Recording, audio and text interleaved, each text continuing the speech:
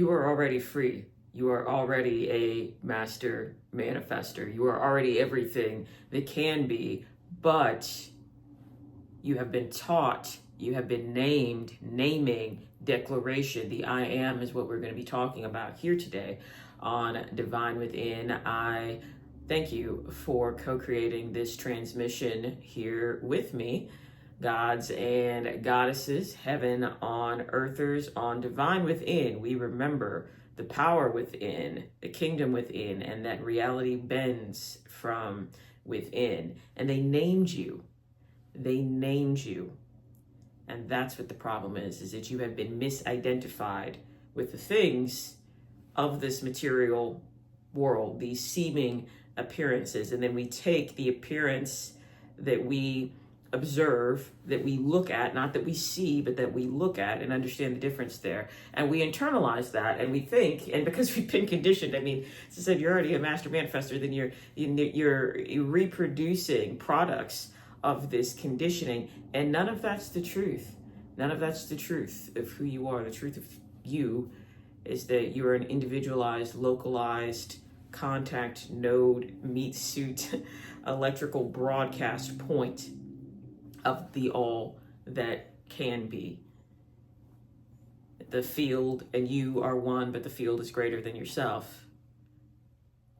But they named you, and quite literally, they gave you a name, they gave you a social security number, and I say they, the collective powers that be, your parents, government, school system, your friends, and their programming. But they taught you that because you have this body part, you're supposed to play with these toys. Because you are this race, you're supposed to listen to this music. You're allowed to have these expectations per the geographic locale that you were born into. They taught you how to think about yourself, which essentially was them saying that the creative essence of you does not belong to you. It belongs to the permissions that are granted around you that you'll have to force or control or manipulate or hope and pray and beg for will change in order for you to be allowed to experience yourself in whatever way that you desired. You were taught that desire itself is wrong.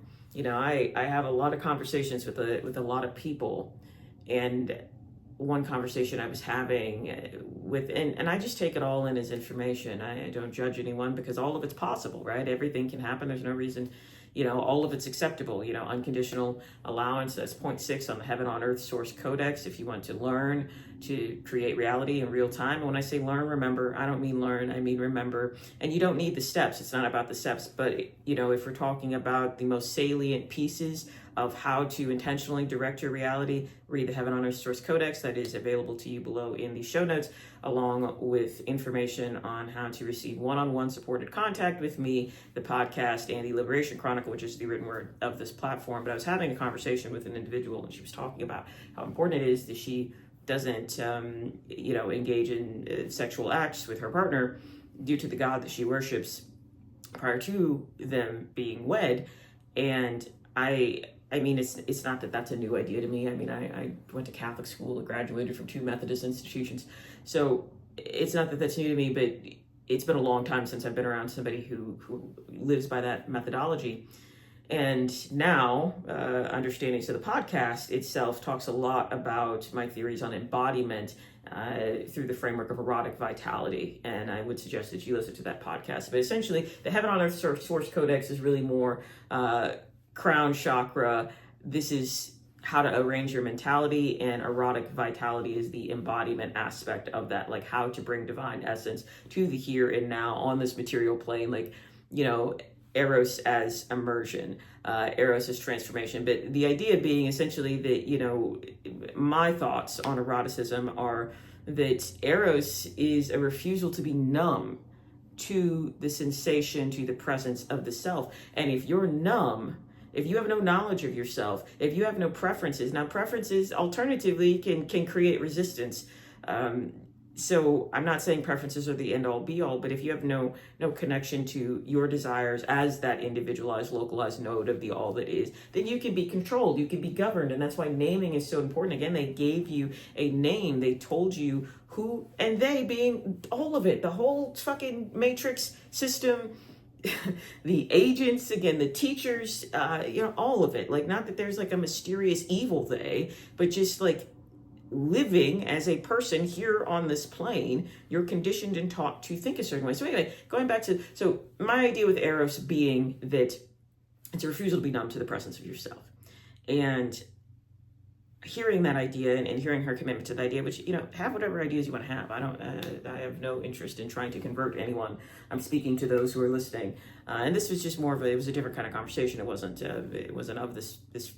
wasn't involving any of these topics. But it's been so long since I've engaged with someone that had that mindset that I thought, like, wow, like, to commit yourself to someone for a lifetime, or at least allegedly a lifetime, hopefully a lifetime, right? That's a hope when two people wed, right?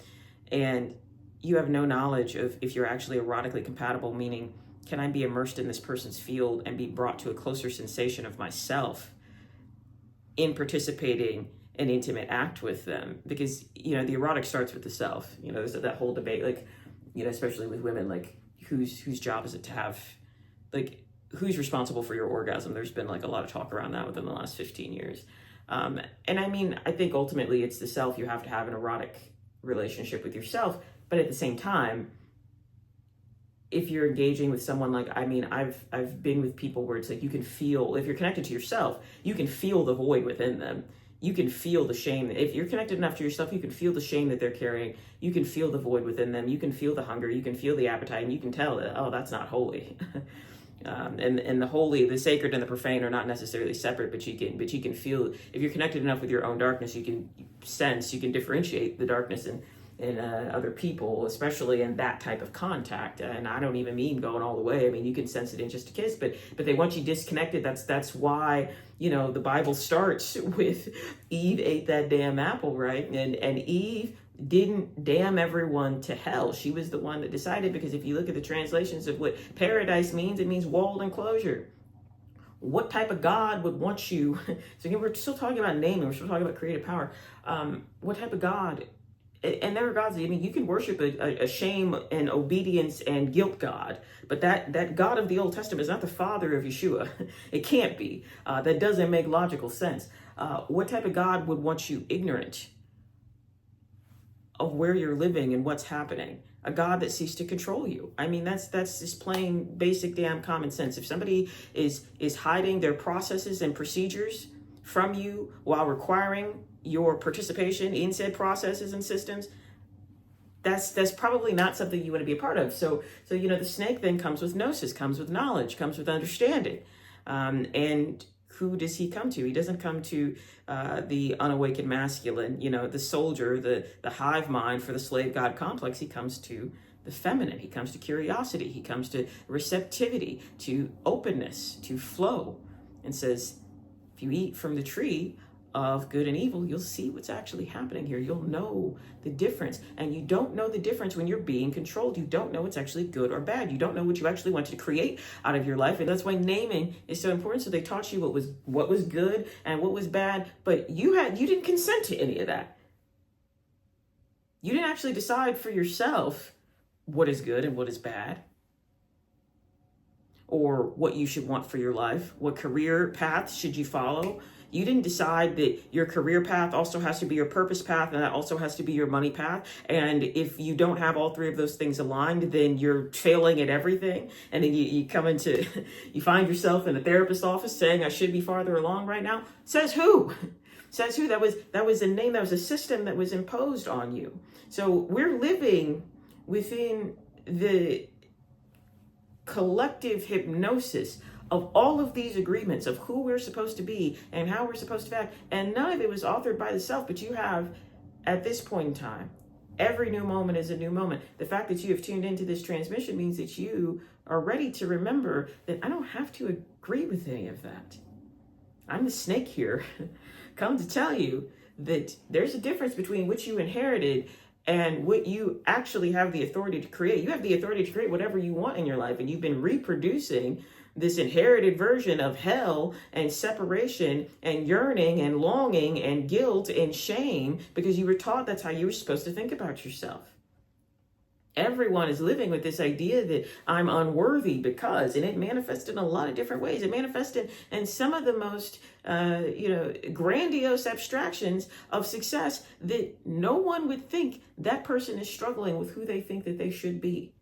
And of course, then there's the other spectrum that it looks like a disease and addiction and some of the more obvious forms of suffering. But you stop suffering when you recognize that it's always been one thing. That success and failure are different poles of your agreement to how you decide to assign to yourself the target of your focus. So who do I say I am in relation to whatever it might be? Do I say that I'm a success or do I say that I'm a failure? The target is still the target. What pole am I predominantly aligned with? And most of us are aligned towards failure, towards negativity, towards lack, towards suffering, towards severity, towards negative consequence, towards negative expectation. You ask anybody how they're doing, oh, they're stressed and they're busy. They don't even know what with. We're just collectively hypnotized to think I've got to be stressed and busy all the time. I got to expect people to say, oh, expect the worst and hope for the best. Okay, hope means that you don't actually believe that it's going to happen. And, planning for the worst. So you're bringing the worst into fruition. And then then it happens. And it's like, see, I was right. And it's like, you created that. You're creating everybody around you the way that you want to say you're creating everybody around you. You're creating your interactions with them, the flavor of those interactions, the vibration of those interactions. If you think that everybody's out to get you, you're going to live in a world where everybody seems to be out to get you. And the more information, the more that information is confirmed in your environment, the more you're going to believe it is the absolute truth of all truths. It can be true. And then you're going to generate more of it. And that becomes a feedback loop. They taught you what you should be ashamed of. They taught you what knowledge you're allowed to have. They taught you who you were before you even had any idea of what an idea was. You were being programmed. I mean, even with the toys, with the children's cartoons that you watched. And here's the thing: none of this. I'm not pointing this out simply just to point it out. It can't be avoided. We came here to learn how to be free while living in the matrix of what I could argue, for all intents and purposes, is absolute slavery. And yes, there are racial histories that have to do with that, but I'm not even talking about the most obvious forms of slavery. I'm talking about the fact that, like, okay, get your house and get your car and sign on for 30 years, marry somebody you have no erotic connection with, do a job because it gives you a title so that you can align yourself on this, standardized hierarchy of accomplishment, and you can tell people what you do. You can have kids that you hate. I mean, all of this is the manifestation of a self that believes it must be true in order to be validated because you were told that this is what approval looks like. Totally disconnected from, like, okay, yes, we have to have an ego. We have, like, that is, I just wrote a piece about that on the Liberation Chronicle, which, again, tap into that. It's there for you for free. We have to have none of this stuff is inherently bad, but you have to recognize that you've been under hypnosis. You have been living through the lens of the world's spell. That you are God of your reality. The interactions you have are authored and scripted by you, but we've been hypnotized to think that because my life has to operate a certain way, I have to be a certain amount of things. And most of that is coming, again, from this foundation of shame, of what I think I should be, because if I'm not, then I'm not worthy. And most of our behavioral manifestations come from this idea that we're not worthy. You can't not be worthy. You are an individualized expression of the all that is. I teach my clients to just do away with the entire, like, not even like saying, oh, I am enough or I am worthy because I'm all of everything. Like the whole idea of worth is a measurement of value. How the hell could you measure the value of God? The minute you start measuring, and you are God in your reality, a god or a goddess.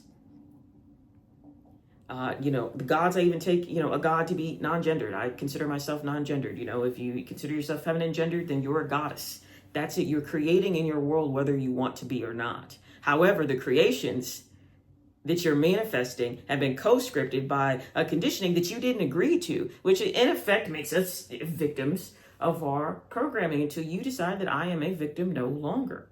That I'm not going to continue to co-sign and co-script a story that makes me feel like shit. All you have to do is recognize that in this moment, I am separate from nothing. I'm not separate from wealth. I'm not separate from freedom. I'm not separate from abundance. I'm not separate from love. And that has nothing to do with the realm of appearances, because the realm of appearances is not the absolute truth. It's fragments of the truth. It's fragments of our agreements. It's fragments of our attention points that have coagulated and manifested into the appearance of a reality. But there's nothing that is inherently true. If you don't like what you see in your life, your job is to stop agreeing with it as truth. You can allow it to be there. You can look at it. That doesn't mean that that is the totality of all that's possible for you to see, and start seeing a new reality. You have to see a new reality before it becomes visible to you with eyes to look with. So that's what I've got for you today on Divine Within. As I said, check out the notes. There's lots of stuff there for you. And until next time, my name is Lucy. And remember to be good to yourselves and others, because everybody's just a version of you anyway.